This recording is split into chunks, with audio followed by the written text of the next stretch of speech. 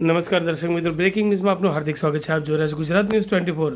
શ્રી દ્વારકાધીશ મંદિર ટ્રસ્ટ પાટણ દ્વારા ચાલતી પુષ્ટિ માર્ગી પાઠશાળામાં બહેનોને વિવિધ વર્કશોપનો લાભ આપવામાં આવે છે. પુષ્ટિ માર્ગી વૈષ્ણવોના ઘરે શ્રી ઠાકોરજી બિરાજતા હોય છે અને દરેક વૈષ્ણવના ઘરે ઠાકોરજીની સેવા થતી હોય છે. શ્રી ઠાકોરજીની ગુરુ સેવામાં વિવિધ શૃંગાર સામગ્રી ભોગ ધરવામાં આવતા હોય છે.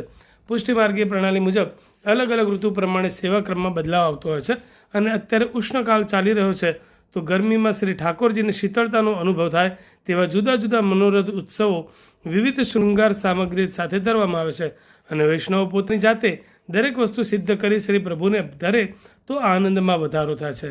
પરંતુ દરેક વૈષ્ણવોને બધી જ વસ્તુ આવડતી હોય તે જરૂરી નથી, જેથી આવા વર્કશોપ વૈષ્ણવો દ્વારા શ્રી ઠાકોરજીને ધરવામાં આવતી વિવિધ સામગ્રી શૃંગાર શીખી જાતે બનાવી અને નિજ સેવા સિદ્ધ કરી શકે છે અને શ્રી પ્રભુને સોહા અને સુખ સ્વરૂપ થાય તેવી ભાવનાથી ગૃહ સેવામાં પ્રવૃત્ત રહી શકે છે.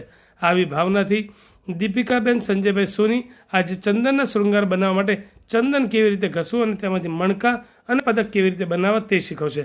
પાઠશાળાના સંચાલક હર્ષિતાબેન સોનીએ જણાવ્યું છે કે પાઠશાળાની સાથે સાથે આવા વર્કશોપ ધાર્મિક સંસ્કારની પણ જરૂર પડે છે, તો સાથે સાથે કંઈક અવનવું શીખવા મળે છે. આ પાઠશાળા પરમ પૂજ્ય ગોવર્ધન 108 ડૉક્ટર વાગીશ કુમારજી શ્રી મહારાજ શ્રીની આજ્ઞાથી આવે છે, જેમાં મુખ્ય ટ્રસ્ટી કૌશિકભાઈ સોની તથા વહીવટી સમિતિ તરફથી પૂર્ણ સહકાર આપવામાં આવે છે. આ પાઠશાળામાં ઉપસ્થિત રહેનાર સંચાલક શ્રી સંદીપભાઈ તથા પાઠશાળાની તમામ બહેનોનો ખૂબ ખૂબ આભાર માનવામાં આવ્યો હતો.